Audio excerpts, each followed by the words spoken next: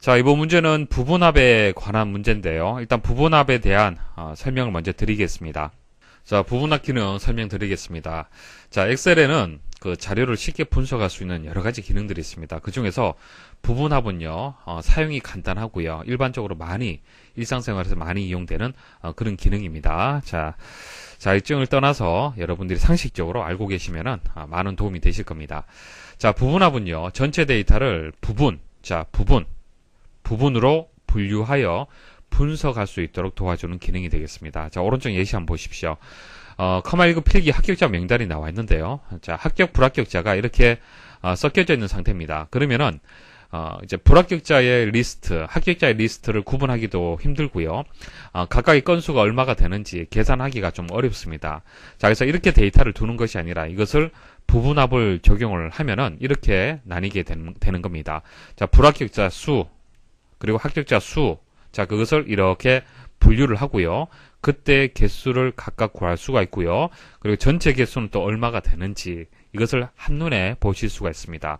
자, 이거 보시면은 전체 개수는 이제 10건이 되고 그러니까 10명이 되고요. 10명에서 불합격자는 7명이고 합격자는 3명이구나 라는 것을 한눈에 보실 수가 있잖아요. 그렇죠? 자, 이게 부분합의 기능이 되겠습니다. 그래서 합격 여부를 그룹화하여 그룹별 개수를 이렇게 계산을 할 수가 있습니다. 여기서 중요한 것은 합격 여부, 이제 필드, 항목이 되겠죠. 합격 여부를 기준해서 그룹화를 했다는 얘기입니다. 자, 실행하는 방법 보도록 하겠습니다. 먼저 범위를 지정을 합니다. 당연하죠. 자, 항목의 이름까지. 자, 이 이름까지 같이 포함을 해서 범위 설정을 해야겠죠. 범위 설정을 하고요. 그리고 중요한 것은 정렬을 해야 됩니다. 정렬을 해야지만 제대로 된 부분합의 결과를 보실 수가 있습니다. 자, 합격 여부를 기준해서 이것을 오름차순으로 정렬을 하든 내림차순으로 정렬을 하든 상관없습니다. 정렬 방식은 상관없는데 중요한 것은 반드시 정렬을 해야 된다는 거. 자, 뒤에 제가 실습을 하면서 정렬하지 않았을 때 어떤 결과가 나오는지 보여드릴게요. 자, 그래서 정렬을 하고요. 그 다음 데이터 윤곽선에서 부분합을 클릭을 해서 실행을 하면 됩니다. 자, 부분합 실습 한번 해보겠습니다. 범위 선택을 하고요. 정렬하지 않고 바로 부분합을 한번 적용을 해보겠습니다. 자, 여기 보시면은 데이터 윤곽선에 부분합이 있습니다. 적용을 해볼게요. 자, 여기서 그룹할 항목은요. 합격 여부가 되겠습니다. 합격 여부 선택을 하고요. 자, 합격 여부에 대해서 무엇을 우리가 알고 싶습니까? 건수를 구하고 싶어요. 그래서 여기 보시면은 부분합에 계산할 항목, 자, 이 함수가 적용될 항목도 합격 여부가 되고요. 이 합격 여부에 대해서 개수를 구하겠다라고 선택을 한 겁니다. 자, 일단 여기까지 하고 한번 결과 일단 보도록 하겠습니다. 자, 확인 버튼 눌러볼게요. 어떻게 되었습니까? 자, 합격 여부면, 합격자 개수라면 합격자 개수 전체가 이렇게 계산이 돼야 되는데, 정렬되지 않았기 때문에 각각에 대해서 이렇게, 이제 엉뚱한 결과가 나오는 겁니다. 이거 잘못되었죠. 자, 이런 식으로 이제 하시면 안 된다는 얘기입니다. 반드시 정렬을 먼저 해야 돼요. 그래서 데이터에 가서, 자, 정렬 및 필터에 가면 정렬이 있습니다. 정렬을 해야 되는데, 일단 합격 여부에 대해서 정렬을 해야 됩니다. 합격 여부에 대해서 정렬을 하고요. 자, 오름차순을 하든 내림차순 정렬을 하든 정렬하는 방식은 상관없습니다. 내림차순 하면은 합격이 위쪽에 배치가 되는 거고요. 오름차순 하면은 불합격자가 위쪽에 위치를 하는 겁니다. 그래서 위치하는 위쪽이냐 아래쪽이냐 그 차이뿐이지 결과하고는 상관이 없습니다. 자, 이렇게 일단 정렬을 하고요. 그 다음 부분합을 적용을 해보겠습니다. 자, 그룹화할 항목은 합격 여부가 되고 그 다음 합격 여부에 대해서 개수를 구할 겁니다. 이때 사용할 함수는요. 여러 개가 있습니다. 합계, 그리고 개수도 구할 수도 있고요. 평균 구할 수도 있고요. 최대값, 최소값, 곱, 이렇게 여러 가지 함수들이 있습니다. 함수를 직접 여러분들이 입력하는 것이 아니라 부분합에서 선택을 해서 여러분들이 쉽게 그 집계된 결과를 보실 수 있도록 그렇게 되어 있습니다. 자, 그 다음 이제 부분합을 계산할 항목을 여기서 선택을 하고요. 다른 항목도 또 선택할 수가 있겠죠. 스프레드시트 일반에 대해서 평균값을 구하고 싶다. 가능하다는 얘기입니다. 자, 그리고 아래쪽에 설명 잘 들어보십시오. 자, 새로운 값으로 대치. 자, 새로운 값으로 대치라는 것은 현재 부분합이 적용되지 않은 상태죠. 여기서는 체크를 하든 체크하지 않아도 상관없습니다. 하지만은 만일 이전에 부분합이 적용되어 있는 상태, 그 상태에서 다시 현재 부분합을 적용을 한다. 그럴 때는 체크를 하게 되면은 이전의 부분합이 지워집니다. 덮어쓰기가 되는 거예요. 체크를 해제하게 되면은 이전의 부분합이 남아있는 상태에서 현재 부분합이 적용이 되는 겁니다. 이해하시겠죠? 그래서 보통은 뭐 이렇게 중복해서 부분합을 적용하지 않을 때는 체크를 합니다. 자, 그리고 그룹 사이의 페이지 나누기. 자, 적용하면은 뭐 불합격자 그리고 합격자 이렇게 나뉘게 되겠죠. 자, 이것을 이제 페이지를 나누게 되면은 출력하게 되면은 각각에 대해서 출력이 되는 겁니다. 한 장이 출력되는 것이 아니라.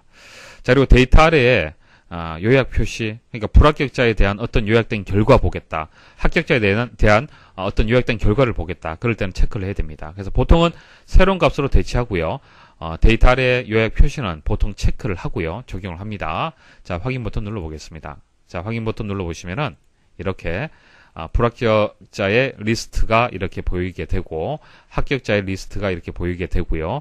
그때 집계된 결과, 자, 무엇을 구했습니까? 우리 조금 전 개수 구했잖아요. 그죠? 자, 7, 3 나오고요. 그리고 전체 개수는 얼마가 되는지 이렇게 나옵니다.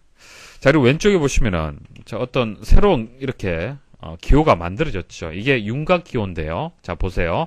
자, 1번 한번 눌러볼게요. 자, 1번 눌러보면은 전체 개수만 집계된 결과를 바로 볼 수 있습니다. 그러니까 전체 데이터를 보는 것도 개수가 많으면 복잡할 수 있잖아요. 그죠? 그래서 전체 개수. 그 다음 2번 누르면은 불합격자 개수, 합격자 개수, 전체 개수. 3번은 전체 리스트하고 집계된 결과도 같이 볼 수가 있는 겁니다. 자, 이거 윤곽기호가 되는 겁니다. 자, 그리고 여기서 만일 부분합 적용한 것을 지우고 싶다. 자, 지우고 싶은 경우도 있겠죠. 동일해요. 부분합에 가서 모두 제거 있죠. 모두 제거 누르시면 됩니다. 자, 누르시면은 원래 데이터로 되돌려지게 되는 겁니다. 자, 여러분들 그 실기시험을 보실 때 부분합 문제가 나옵니다. 그럼 부분합 문제를 풀다가 잘못 풀이를 했다. 그럴 때는 원래 데이터로 되돌려야 할 필요가 있을 수가 있겠죠. 그때 이제 제거를 하시면 됩니다.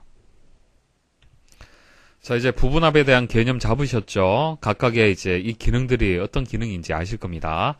자, 이해가 잘 안 되시면은 실습 한번 해보십시오. 실습 직접 여러분들이 체크해보고 체크도 한번 제거해보고 다른 것도 한번 체크를 한번 해보는 겁니다. 그래서 필기 공부할 때 암기 위주로 하지 마시고요. 자, 이와 같이 실습 위주로 해서 연습을 하시면은 필기 합격은 당연하고요. 실기까지 준비가 되는 겁니다. 실기. 자, 실기가 이런 식으로 출제가 되는 거예요. 그래서 실기까지 준비하신다 생각하시고 그렇게 꼼꼼하게 연습을 통해서 개념 이해를 하시면은 문제풀이가 더더욱 쉬울 겁니다. 자, 이런 내용들 금방 말씀드렸던 내용들이고요. 시험에 나옵니다, 이거. 자, 그 다음 주의할 내용 말씀을 드릴게요. 이게 뭐 바르게 혹은 틀리게 문제에 나옵니다. 그럴 때 여러분들이 판단할 수 있어야 돼요. 자, 이 내용이 맞는지 틀린지 판단할 수 있어야 됩니다. 자, 첫 행에는 열 이름표가 있어야 한다. 자, 열 이름표가 뭡니까? 이거죠. 반드시 있어야겠죠. 자, 기준이 항목 이름이 있어야지 어떤 분석을 할 수가 있잖아요. 그죠? 자, 그리고 서브 토탈 함수를 사용하여 합계나 평균 등의 요약 함수를 계산한다. 자, 서브 토탈이 뭡니까? 합인데 부분합이란 얘기예요. 자, 조금 전 보시면은 함수를 여러분들이 지정하지 않았는데, 자, 다시 한번 적용을 해볼게요. 자, 범위 선택을 할 때, 자, 뭐 셀 하나 선택을 하고요. 범위 선택을 이렇게 다 선택하지 않는다 하더라도 자동으로 이렇게 범위 선택이 되는 그런 이제 기본 기능이 일단 제공이 됩니다. 참고로 알고 계시고요. 자, 이렇게 적용을 했잖아요. 그죠? 적용을 했을 때, 자, 여기 불합격 개수를 7이라고 나왔는데 이게 단순한 7이 아니고요. 함수가 적용되어 있습니다.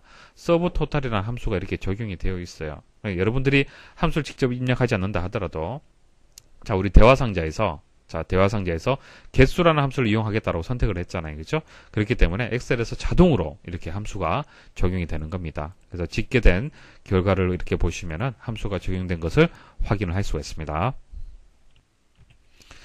부분합이 실행되면 윤곽기호가 표시되므로 각 수준의 데이터를 편리하게 볼 수 있다. 조금 전 보여드렸죠. 1번, 2번, 3번 있었습니다. 자, 이게 이제 각각의 수준이 되는 거예요. 클릭을 하게 되면은 거기에 맞는 데이터를 보실 수가 있습니다. 같은 열에 있는 자료에 대하여 여러 개의 함수를 중복 사용하여 다중함수 부분합 작성이 가능하다. 그러니까 첫 번째는 자, 개수를 이제 첫 번째 적용했습니다. 그 다음엔 평균, 그 다음에는 표준 편차 이런 식으로 여러 개의 함수들을 부분합으로 작성을 할 수 있다는 얘기입니다. 그게 다중함수 부분합이라는 얘기예요. 자, 그리고 새로운 값 대치 이거 체크 어떻게 해야겠습니까? 첫 번째 적용한 것을 그대로 살리고 두 번째를 적용하려면 체크는 해줘야 됩니다. 주의하시고요. 자, 그리고 부분합에 사용할 수 있는 함수들이 어떤 것이 있는지 한번 보십시오. 합계, 개수에서 쭉 이렇게 나와 있죠. 시험에는 부분합에 사용할 수 있는 함수가 아닌 것은 이렇게 나올 수가 있습니다. 한번 읽어 두시고요.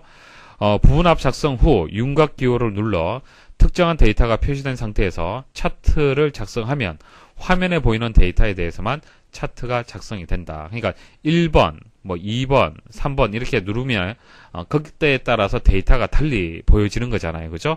자, 그때 차트를 작성할 수가 있는데 차트를 작성하게 되면 화면에 보이는 데이터에 대해서만 차트가 작성이 된다는 얘기입니다. 자, 부분합에 대해서 이제 개념 설명을 드렸습니다. 어떻게 부분합 기능을 이용을 하는지 말씀을 드렸는데요. 시간적 여유가 있으신 분들은 같이 실습을 한번 해보시면 가장 좋습니다. 자, 실습을 하게 되면은 오래 기억이 되고요. 그리고 실기 들어가서 여러분들이 쉽게 합격을 하실 겁니다. 그래서 실습을 하시면 좋지만은 시간이 많이 좀 소요가 됩니다. 그래서 제가 여러분들 대신해서 무작정 암기하는 것이 아니라 실습을 제가 대신하면서 개념을 여러분들한테 알려드리는 겁니다. 그래서 시간이 부족하신 분들은 실습하지 않는다 하더라도 제가 설명드리는 그 기능들의 의미들, 특징들 제가 실습하면서 이제 보여드렸을 때 그때 좀 여러분들 기억을 하시면 돼요. 아시겠죠? 자, 반드시 실습을 해야 된다라는 것은 아닙니다. 자, 시간이 부족하신 분들은 제가 이제 대신해서 실습을 해드리고 있습니다.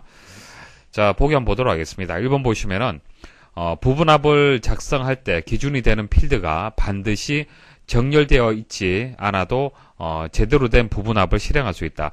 자, 부분합하고요. 정렬하고는 밀접한 관계가 있습니다. 아주 중요합니다. 자, 부분합에 대한 특징을 이제 얘기를 할 때 정렬에 대해서 꼭 출제가 돼요. 반드시 기억을 하셔야 됩니다.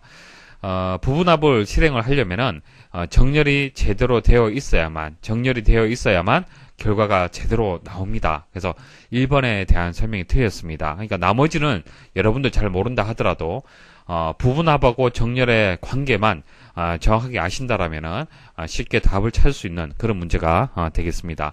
자, 나머지는 다 말씀을 드렸고요. 4번에 보시면은 부분합 계산에 사용할 요약 함수를 2개 이상 사용하기 위해서는 함수의 종류 수만큼 부분합을 반복 실행해야 한다.